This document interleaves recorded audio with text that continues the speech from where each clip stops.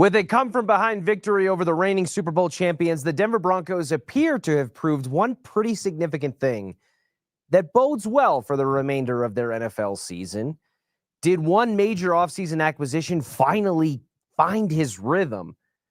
And what seemed to change from quarters 1 through 3 to quarter 4 for Sean Payton, Bo Nix, and the Broncos offense that helped them spark one of the more signature comebacks in recent Broncos history? All things to come on today's rundown, but we will begin with a special shout out to our friends at Denver Regenerative Medicine. Guys, if weight loss has been a struggle for you, it's time for something real.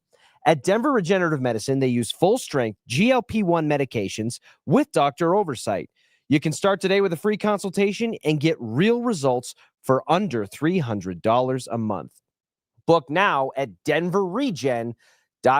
And as we do every single Monday, it is time that we bring in our recurring NFL guest, NFL Insider to the Stars, James Palmer, joins us every Monday here on the Rundown. And James, this is a particular Monday that's special, I think, for a lot of reasons. One, probably the signature win of the Bo Nix, Sean Payton era.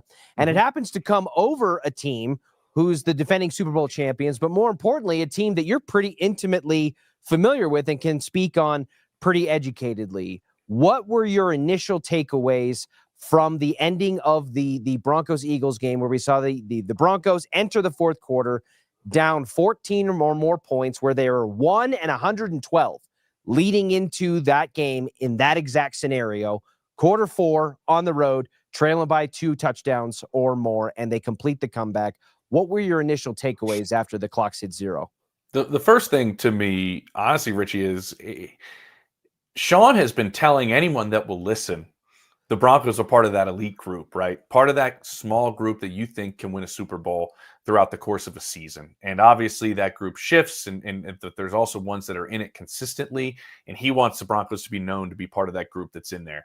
And that's what jumped out at me out of this game. Like, what you've been telling everyone, found a way to make sure your locker room believes that too. And I think being in the locker room this past week and talking to players, it was exactly that. Like, I know talking to Jonathan Cooper was pretty evident to me when I did. It was, like we need to see if we can, we need to prove we can close out a close game. We need to prove that we can close out a close game on the road.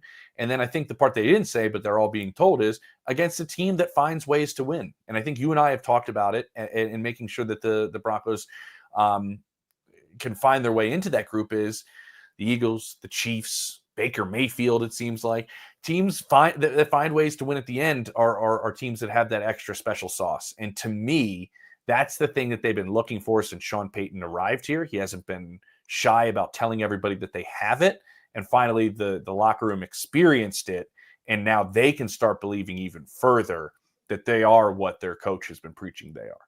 Well, it does sound like that belief is starting to reverberate and permeate throughout the locker room. And you have to look no further than a man who I think you could argue has been maybe the MVP on offense for the Denver Broncos, a later offseason acquisition in J.K. Dobbins. Our guy Andrew Mason was in the locker room at Lincoln Financial Field after the game, and he caught an interesting answer, I think, from J.K. Dobbins about what the win over Philadelphia means and maybe what they learned about themselves in the process. Take a listen. It was not a surprise to us. I've been mentioning that we're a tough team, right? We were showing that we're physically tough, but we weren't at championship level of mentally tough, right? Well, we showed the mental tough game today. We showed that we are mentally tough as well, and we showed that we're a dangerous team. It's just one step in the process, though. We got to win against the defending Super Bowl champs, but it's time. Like, I'm the type of guy, I could have did better today, could have broke more tackles, and we're going to move on to the next week and try to win the game in London as well. I think that kind of illustrates some of the things you were exactly talking about. Sean Payton's been bold and adamant to kind of shout it to the rooftops to anyone who will listen. But that right there from JK, and I think especially differentiating between the physically tough and the mentally tough, because the mental toughness side, I do think, is what starts to snowball into some of the teams you mentioned, from the Chiefs to the Matthew Stafford Rams and the Tampa Bay Buccaneers with Baker Mayfield, teams that when the chips haven't fallen your way, when you don't have the best hand and things haven't gone your way for X amount of time, you're able to manifest and flip that script the way that the Broncos did. Yeah. And I think part of that mental toughness, and we'll get into the run game and its importance, I'd love to talk about it, is that you still stuck with it when you were down. You still ran the ball when you were down. And to me, that shows a few things. One, that's discipline in your play calling. There's a reason why Sean has it at the top of his play sheet, not to forget to run the football. He had it on the top of his call sheet, Sunday in South Philadelphia, making sure you stick with the run. That's a play calling philosophy that he wants to lean into, but it's also a mental discipline to show your team, I'm not panicking. I'm not going to sit here and have Bo drop back 1,000 times in the fourth quarter. We're going to still try to remain balanced. We are okay. We can put points on the board. We can sustain drives. We're not going to panic. And I think people forget how much of what the play caller's identity is for the offense oftentimes shifts when you're down in the fourth quarter. The best play callers still are patient, still find ways to be balanced, still find ways for the defense to have to defend everything. And Sean did that brilliantly, I thought. And that was part of that mental toughness. Like, I think you're proving to your group, we're good. Don't panic. Slow down. Play physical. We're running the ball all right. And they didn't run the ball great in the beginning of the game. And so, like, the fact that you stuck with it, I think, is part of that mental toughness, what you're saying. And I think, like, reading some of the quotes out of the locker room, to me, I thought JK was great. I thought Riley Moss was outstanding when he said the black cloud has been lifted. Like, when you say something like that, the players have been thinking it. They've been going like, you could be 5-0. You got 2 that you lost at the end of the game. Now, we're looking at them a little bit differently right now. It was one of the first thoughts that I had after a when the clocks hit 0 was, man, if this Broncos team didn't get in their own way, didn't let mental mistakes, undisciplined football with the penalties, which were still a problem against the Eagles. They hit that. They're averaging like 10 flags for 100 yards in penalties a game almost at this point. And if they don't let that happen against the Colts in what was a winnable game, despite maybe the shock hero factor of Indiana Jones and the Chargers, who are going to be a tough opponent regardless, but they had it. They had the game in their control and they let it slip back. If that doesn't happen, we're talking about the Broncos as a premier AFC contender based on record, up there with the Buffalo Bills. And real quick, with you saying, I wish you keep going, but what if the Philly game happened before those games? Do you think there's a different mentality in the end of a game if you've already done it against a quality opponent like that? That's why Sean has been preaching it so much. Yes. Yeah, I absolutely think differently at the end of games. I absolutely think if they play the Philadelphia Eagles in week 2, and they still have the kind of iffy scare game against the Titans where it didn't look as good as you thought or we'd hope that it would against a team like Tennessee. But then they go out and they do what they did against the Super Bowl champions. I think they approach that Indianapolis game differently. I think that LA game happens differently. At least one of those, I think, happens a different way. And then you get into the butterfly effect and the what ifs and all of that. But James, I really think that the fact that it reappeared on the play sheet, run it in all caps and the Waffle House menu and all of that, it is a testament to Sean Payton continuing to acknowledge that this is something that they need to do, that he's not the best at sticking to.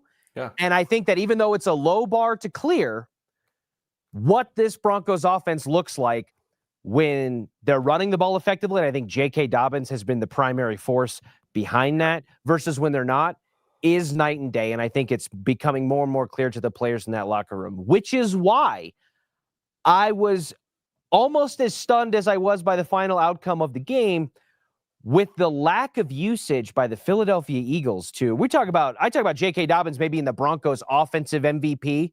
Saquon Barkley is a league MVP level candidate at running back, and he finishes the game with 6 rushes, 9 total touches, the fewest amount in his career for a game that he didn't leave early due to injury.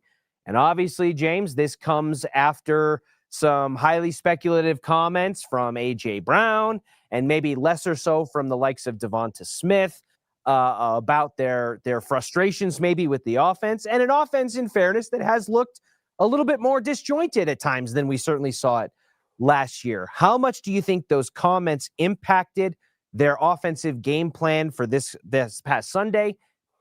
And what were your thoughts overall on Saquon Barkley's lack of usage? Yeah, surprising, but not surprising at the same time. Talking to people there and around the league, Philly, the underlying thing that nobody's really talking about, and we'll get into Kevin Petula and the play calling and the change of play callers again for Philadelphia. 4 times in 4 years, right? Jalen Hurts has had a different play caller every single year of his life since he left high school. Every year of college, it's been a different play caller. This is him and Bo Nix could have talked about it, I guess. Yeah. But this is what happens oftentimes when you're successful. Yep. Most of the times he's lost those play callers in Philadelphia is because all those guys are getting head coaching jobs. Right. And from Shane Steichen to Kellen Moore to, the Brian Johnson one didn't really work out, but like it's been a different one every time because you're plugging. Yes, this was a direct result to my understanding of some of the, vocal comments that were out there. I think you would also be remiss to say, like, it's not like the receivers are out of line. Like, all receivers think if I get the ball more, our offense is better. And why wouldn't A.J. Brown think that way? He's, in my opinion, a top 5 receiver in football with the physicality and the speed and the route running, everything. He has it all. And so he should want the ball. And now I do know big part of their game plan often is revolving around A.J. Brown. It really is. But the thing that's nobody's talking about in Philadelphia is the run blocking has not been very good this season. Yeah. And we always assume Philly's offensive line's awesome, right? It's just like clockwork every single year. They're great. They haven't been playing really that great. And there's been a disjointedness to my understanding between the way they've blocked in front of Saquon and the way Saquon starts searching for holes and starts searching and maybe second guessing instead of just hitting things. And he starts dancing, and it all just compounds the problem in how that they've run the football effectively. And they've gotten most of their explosive plays through the run game over the last season and a half. And so they've been expecting that, and just for them to come, and they haven't. And so I do think they wanted to please the receivers. I do think there's a part of it where the run game hasn't been effective. But when you have the lead in the second half the way they had, and you're not running Saquon Barkley, like, it's making me scratch my head. And you're also playing into a strength of a Denver Broncos defense that can get pressure. We can talk about how they got pressure, which was fascinating, and has pretty good cover guys. And you had a guy that you could match up against AJ, one of the few physical corners that are strong enough and have the size to match up with AJ Brown. And then you decided not to run the football very often. It was interesting. I mean, losing Landon Dickerson probably plays a part in that as well. But as a whole, they haven't had the same running vibe that they've had this past season, the way it's gone. The same run game coordinator, Jeff Stoutland's still the guy running that, but it's been an interesting part of it. I just think when I mentioned play caller to identity earlier, I think that's a feather in the cap of the way things went for Denver, and it's a knock on the way things are happening with Philadelphia. I think you have a play caller that is not understanding not understanding how you have an identity as an offense. This is a run first offense. I mean, Philly is a run first offense, and everything's based off of it. You used the word right there that I was going to use, and James, I can't believe that I in some ways that I'm saying it is certainly not something I would have thought I would be thinking, 5 weeks ago. But it really does feel like, James, in this moment, 5 weeks into the 2025 NFL season, that the reigning defending Super Bowl champions with a Super Bowl MVP at quarterback seem to have a bit of an identity crisis in the same Offensively, way. for sure. Offensively, in the same way that we talked about the Broncos not having an offensive identity, and Sean Payton and Bo Nix, and he has these substitutions and shuffling guys in and out, and they don't want to run the ball because they can't run the ball, or because Sean Payton doesn't feel like it's the best way to run the offense, and all these things that we talked about here with Denver. There was part of me during that game that I realized, hey, you know what? This is not a Broncos specific problem. This is the defending Super Bowl champions with Jalen Hurts, Saquon Barkley, and a lot of talent at wide receiver, where they're 2 or 3 deep, and at tight end with Dallas Goedert, who I think kind of gets underreported or slept on at the tight end position as a pass catcher. So it was I don't want to say reassuring, but it was interesting to me to see that, hey, this is not just a Broncos offense problem, that some of the best offenses in the league can struggle with this at times. Yeah, and and there's a lot of things that are at play in it, right?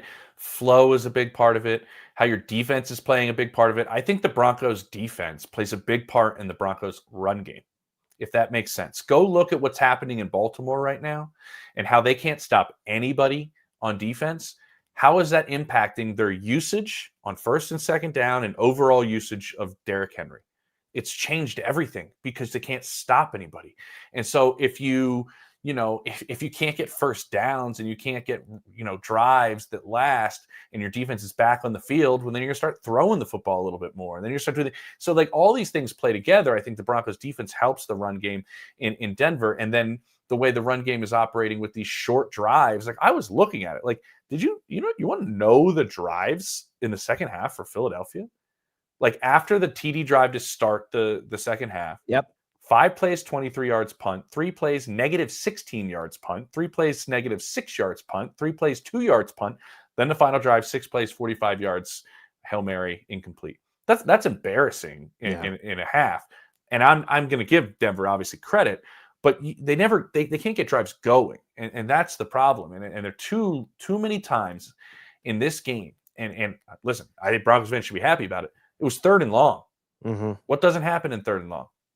Conversions usually. There's no tush push. Yeah, oh yeah. No ability to use the tush push. So their inability to run the football successfully on 1st and 2nd down too hurt a lot of those drives in keeping them going and where Saquon can wear teams out. Yeah, and again, that's something that I feel like that Sean Payton has had to talk about ad nauseum in the press conferences of like, hey, our down and distances were not manageable on 3rd down. We're putting Bo in positions where his average 3rd down and to go is 11 plus, 11 to 13. It was against the Chargers, right? Yeah, and you're just not going to succeed that way by and large. Before we get to the defense, I do want to ask you for your thoughts on a player who I think has certainly not had the start to a season that many expected within the building and outside of the building, certainly, and that is Evan Ingram, who finally seemed to pop in a meaningful way. He scores a pretty significant touchdown as a part of the 18 unanswered points that the Broncos scored in the 4th quarter to take the go-ahead and finish the game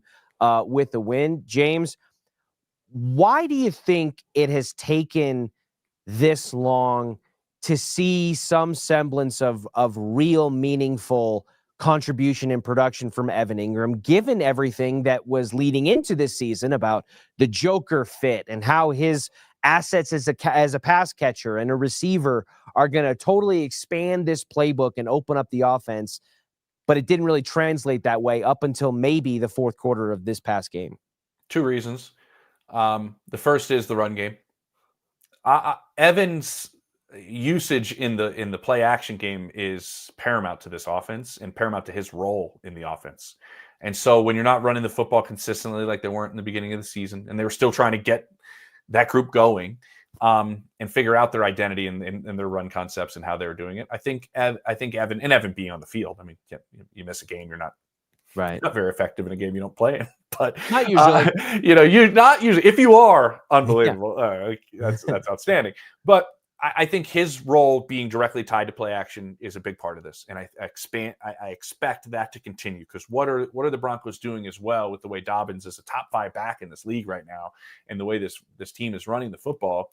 You're putting it on film for everybody to respect the run, to know you're going to stick with the run for 4 quarters, and now that's going to open things up for Evan in that play action middle of the road. 2, I think I think there was an effort, and this is more my opinion, but I think there was an effort to make sure you're pushing along a second receiver.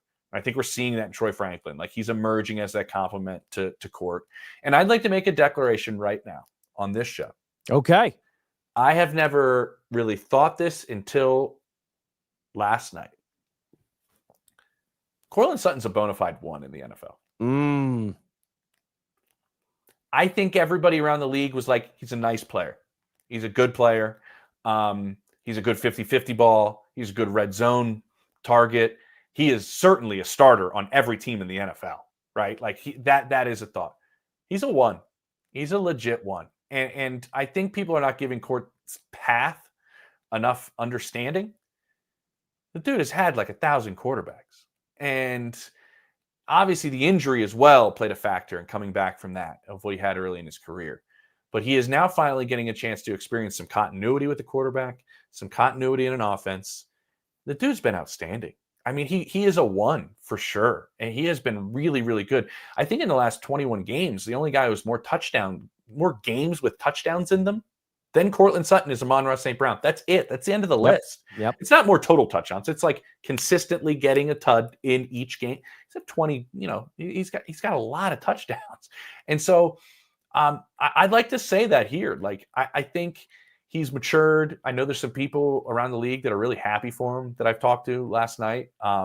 That were waiting for this and understand the path that he's kind of been forced into in some of the issues that Denver's had in offensive schemes and quarterbacks. And now he's a good route runner. He's a really good route runner for his size. And I'm excited to say I think he's a 1. So to go back, I think you needed to kind of push along Troy Franklin, part of the Evan Ingram thing, and the run game, part of the Evan Ingram thing.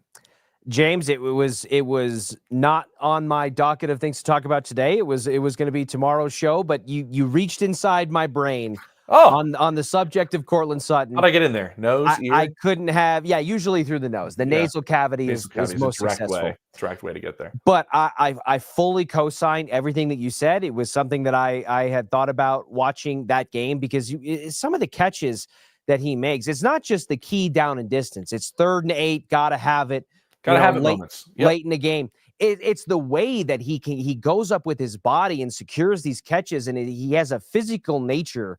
And he's still, despite the fact that he took a while to get back to that same player he maybe was pre-knee injury and things like that, his 50-50 ball ability is as good as you could ask for most offensive coordinator or quarterback perspectives. And I heard it described this way by one of our own, Mark Schlereth, when I was driving into work this morning.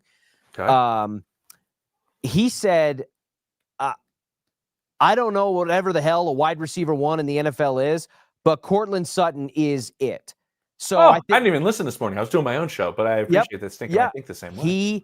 He and I agree with that. I think we get so caught up sometimes in trying to make things fit certain molds and square pegs into round holes. And well, if he doesn't look like Jamar Chase or Justin Jefferson or Amon-Ra St. Brown or A.J. Brown, then it's not, you know what I mean? Like you're trying to typecast this specific thing. But you look at Courtland Sutton's time here in Denver from 2018 on, the revolving door of quarterbacks has been real. And the only constant is that the number 1 most productive receiver, no matter who's throwing the ball, is Courtland Sutton. Yep. The number 1 most trusted and needed target is Courtland Sutton. He had a 1,000-yard season with 3 different starting quarterbacks starting multiple games throughout the course of a year.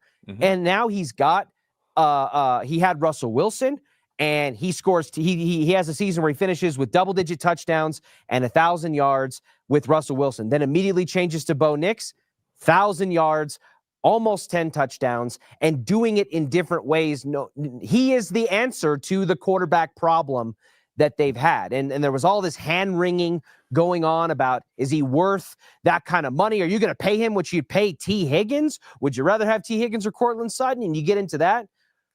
The Broncos have already, through 5 weeks of a season where they're only 3-2, in my opinion, gotten their money's worth, or Courtland Sutton has proven his dollar amount in terms of worth on the field just through the first month and change of the 2025 season. Yeah, we should have a discussion about finances at some point, because I do think the Broncos have found a cheat code essentially with the way that they've gone about building their marquee premium high-paying positions, which are pass rusher, quarterback, receiver, and corner, right?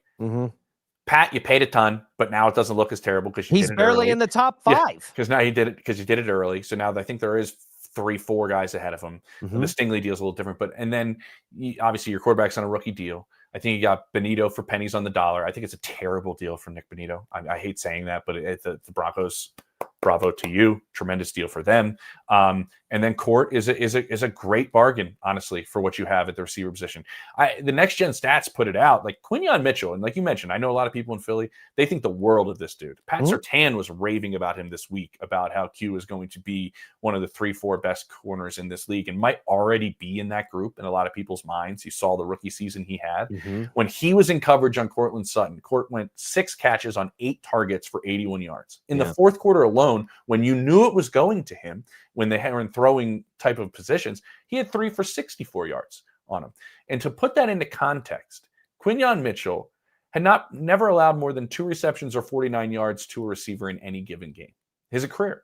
So like to have those together in the way that he's done it, like Court's a 1 in this league. And it's awesome that it's come to that for the Broncos, and honestly for him, who I've covered this league for a long time, one of the better people in football. So I'm glad we went on this little tangent, because last night I was talking to some people, I was texting around, and they're like, dude, I'm really happy for him. No, and They're like, he's been waiting for this. That's the exact right word that I would use to describe it. Is I'm genuinely happy for the Cortland Suttons, for the Garrett Bowles, who came into this, this organization in 2017. It's also a bargain for the way he's playing. And then honestly. 2018, and all they have known is disruption, dysfunction, losing, frustration.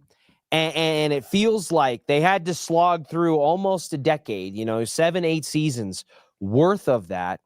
Yeah. And now they're starting to reap a benefit of Garrett Bowles is now protecting a potential legitimate franchise quarterback who has a massive runway in front of him. And Cortland Sutton is now in a situation where he has a quarterback that can best maximize his skill sets compared to any other, thrower of the football that he has paired with in his entire career. And there is like a genuine feeling of like, man, what a payoff for those guys who have grounded out with a team that let them down in a lot of ways for a long time. Yeah, it's great. It's great. Shameless plug on my show 89 with Steve Smith Sr. We did an entire 10-minute breakdown of a route of Cortland Sutton's. It was our route of the week 2 weeks ago. Just Steve and I breaking down, and Steve, I love it. Obviously, they're doing the film of a court route. He's a big fan of Cortland and the way he plays. So yeah, let's go watch some more Cortland love right there. It's true, and I'd put Garrett in that group of where they're at financially at these positions, where these guys are all exceeding their contracts. In terms of dollar amount right now at receiver, at pass rusher, at left tackle, and obviously at quarterback, since you're on the rookie deal. Yeah, and there was obviously a lot of when the 3 offseason extensions for the Broncos came down with Sutton, Benito, and Zach Allen, it put in totality of the last 12 to 13 months a pretty significant number of contract extensions, from PS2 to Quinn Miners to Jonathan Cooper to DJ Jones to the 3 that were handed out in the offseason. A lot of money, you're talking, north of $500 million handed out in total with all these contracts. And we mentioned a lot of them looking like bargains, and none of them, as you pointed out, because it might be the worst one in the last 13 or 14 months that's been handed out for the Denver Broncos. None more so than Nick Bonitto, who, James, he finished top 10 in Defensive Player of the Year voting last year and lost, obviously, to his fellow teammate PS2. I always kind of looked at and treated the 2024 season for Nick Bonitto as the true coming out party. This was the welcome to the NFL season. He's got back-to-back games with pick sixes or defensive touchdowns. He's doing the Monday Night Football post-game interview with Scott Van Pelt, and he's seeing kind of the real first rubber hitting the road in his career as a Denver Bronco, where it started a little shaky and he was trying to find footing and find the right usage within the defense in that pass rush room. Well, he seems to have found it, and 2025 is only picking up steam from where things left off in 2024, James. Nick Bonitto, number 1 in the NFL in sacks with 7.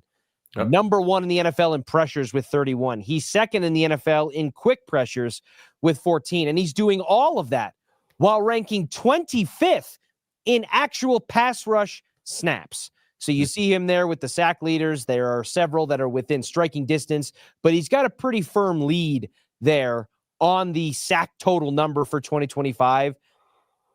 James, are we legitimately looking at a situation where the Broncos may have genuine back-to-back Defensive Player of the Year front runners and potentially the next cornerstone franchise pass rusher here in Denver? Yeah, I was part of the group, and I'll be honest, I need to see more. It's been outstanding. It was not discrediting how he was playing by any stretch, but I need to see a larger sample size of it. I also think that mode of thinking through a lot of people is the path that he's taken to get here. You look at the names on these lists, they're all taken at the top of the first round. They're all taken, in the top 15 picks, top 20 picks, because it's such a premium position. And I talked about dollars. People want that pass rusher on a rookie contract the first time around. They want to get him going right away, and they close games, and they're so valuable. And so Nick's development and growth and maturity maybe took a moment, and being a second round pick, right? Yeah, 64th. It took a second, and it's usually sometimes not the route we see happen with pass rushers. So I'm ashamed to say a lot of people just start to you're not picked at the top, you're not taking it. It's a lot of same thing. I think it's similar as quarterbacks. And then year 2, and he even admitted this, like, I'm not getting chipped like Micah Parsons or Myles Garrett or these guys. I'm not getting the attention from an offensive line that these other guys are getting. I know I'm going to get that more in 2025. He was well aware of it. Vance Joseph was well aware of it in the way that teams are going to approach him. It's not like they don't have the film about what happened in 2024. And so they're looking at it, and they knew it'd be different. What helps him, and it's just not taking anything away from him, is you have an interior group that can get pressure and win one-on-one. They gap you so well that they create one-on-ones for JFM, or they create one-on-ones for Zach Allen, and they can win.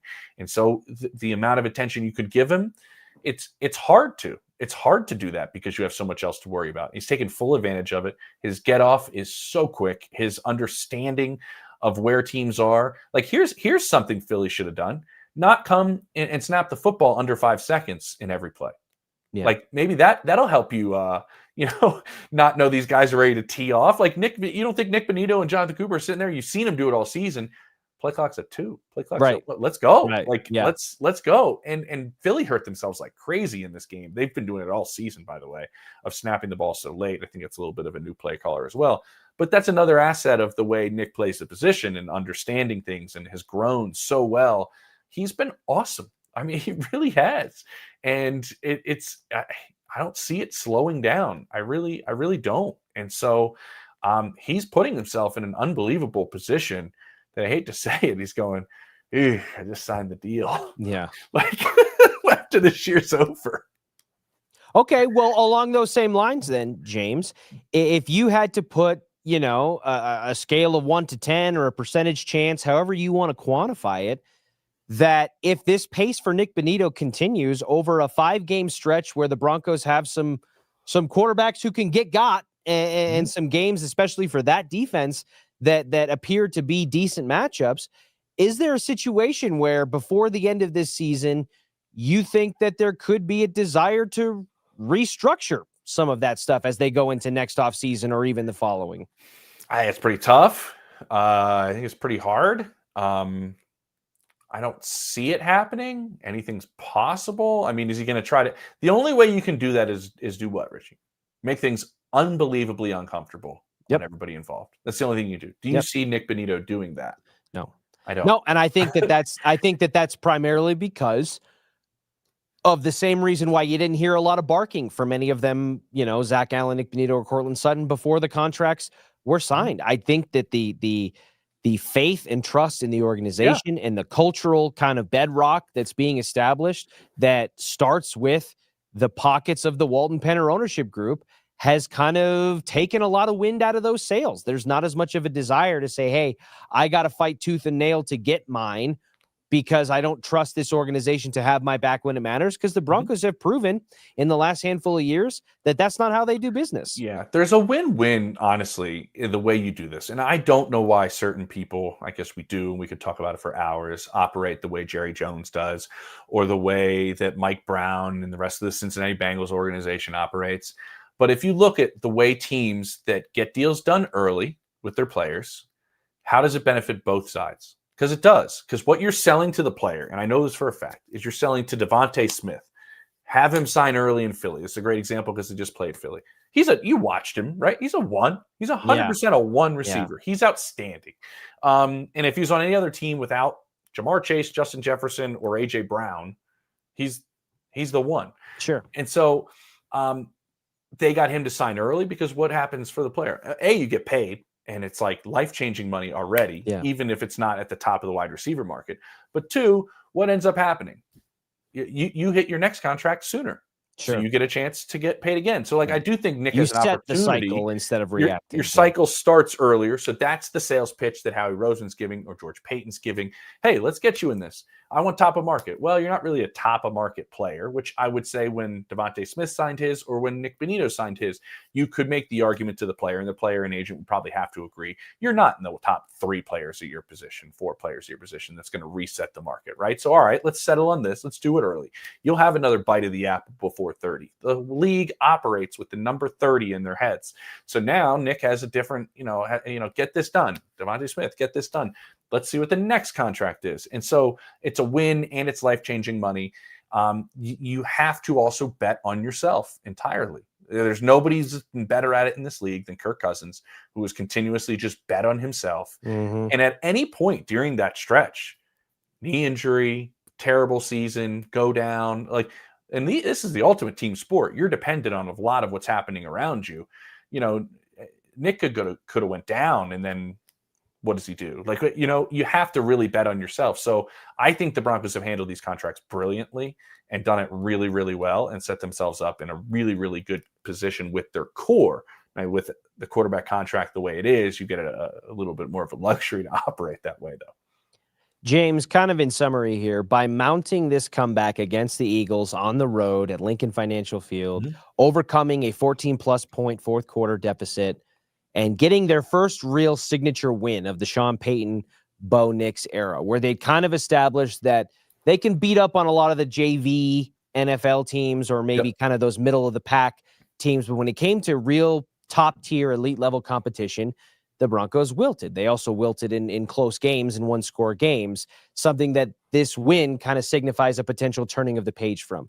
So what did we learn the most about the Denver Broncos with their performance in Philadelphia and the way it shook out? That Vic Fangio's comp during the week in his press conference, that Bo Nix, in his mind, reminds him of Baker Mayfield, was spot on and should mean a lot to that locker room and to Broncos fans. Because look at what Baker's doing right now. It's unbelievable. The dude just threw. He's the first player in NFL history to throw for more than 375 and have fewer than 5 incompletions in a game. To go over 375 with 5 or fewer incompletions is insane. And there's always a chance they're just going to win. There's always a fight till the end. And that has become the identity of the locker room. When I talked to people in Philadelphia last night, it was being down didn't faze Bo Nix one bit. He continued to fight. He's unbelievably competitive. We saw a lot of what Vic saw when it was leading into this game. And I think, to me, what did that do? That helped establish not your identity, but I'll take it a step further and where your culture is in your building, because your quarterback leads your culture.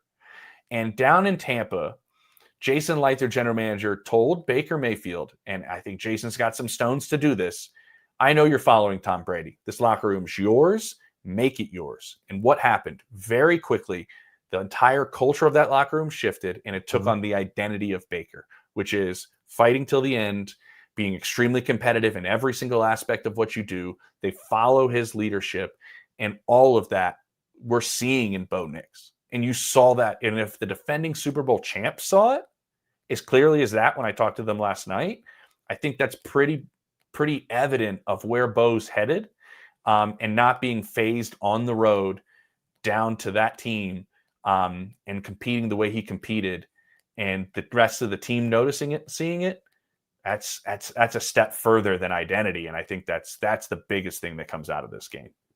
I don't want to say that you're having a good day, James Palmer, because I think every single appearance that you have on this program is fantastic. But you are saying things today that, and I don't even know if you realize some of the things that like you stole my segment for tomorrow, which we did today, which is great. Oh, on Cortland? Yeah. Yes, on Cortland. Sorry. And you just made a comparison that is going to make one host on our station spontaneously combust or kind of collapse internally, because you compared, or you should say you endorsed Vic Fangio's comparison of Bo Nix to Baker Mayfield. And Trey, we're going to clip this, so just go ahead and cue this up.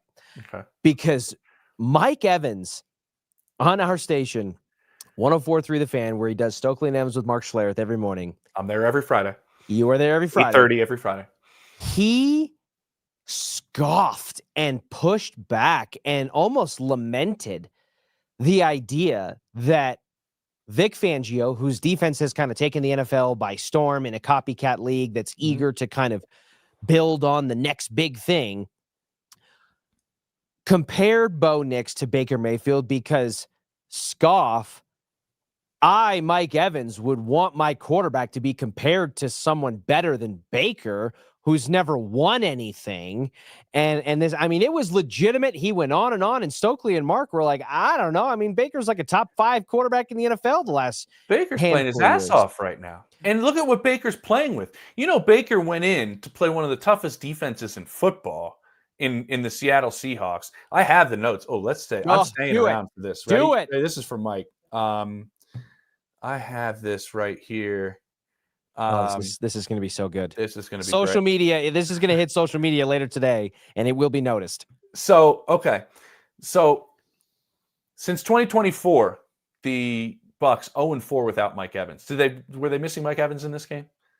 Yeah. Yes. Were they missing Bucky Irving in this game, who, no lie, is one of the best backs in this league? Correct. He is outstanding. And correct. Yep. Have they had shuffling on their offensive line this entire season, by the way? Yep. Yeah, they were without Tristan Wirfs in the beginning of the season for multiple games. Like everybody's been playing out of position. They returned their entire starting offensive line from last year to this year. In the first 2 games, nobody played the position they played last year, and only like 2 of them were playing. And then you go in and play against Seattle. Is that a good place? Is that an easy place to play on the road? Not traditionally. Not traditionally, no.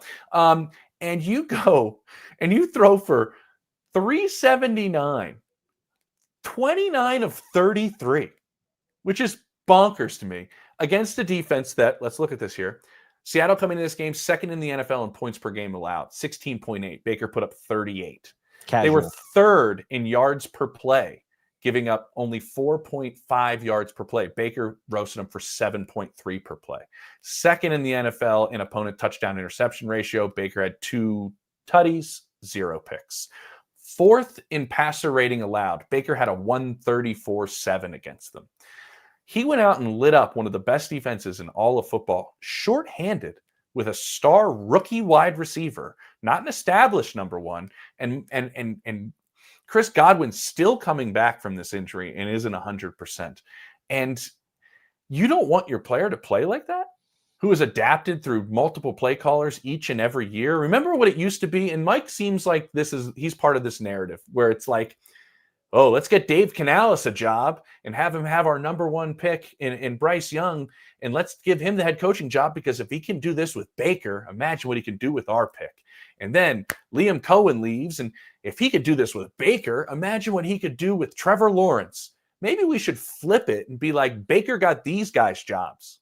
From working with Baker, you got your head coaching job, as opposed to you made Baker better. It's like Baker's getting people head coaching jobs, and now he's on his 3rd play caller in 3 years. Listen, when Philly played Baker, and you talk to anybody in that building, it was like, this is the most annoying quarterback to go against. He never stops. He is relentless. How would you not want your quarterback to play with that manner, that they just hate playing against you in the 4th quarter? Like, I love the comp because of everything Baker has been through. I think he's obviously in a perfect combination of like experience and still pretty athletic in the way he's at and the way he's playing it, and the path he's had plays a role in it. Hopefully you get that type of player without having the path that they're going on. And the funny part is, I think Bo's already on that, because when the Browns went through the pre-draft process, do you know who they thought of Dylan Gabriel and were like, we'd like this? They thought he was Bo Nix. They thought he was like Bo Nix light. And that's why they liked Dylan Gabriel. There's traits about this down the line now that teams are searching for. And the Broncos have it in their quarterback. Oh, I love it. I couldn't agree more. I don't know. I can't wait till Friday now. I can't wait till Friday to get on with Mike. Please bring it up. I don't know what he was thinking then. I still don't know what he's thinking now.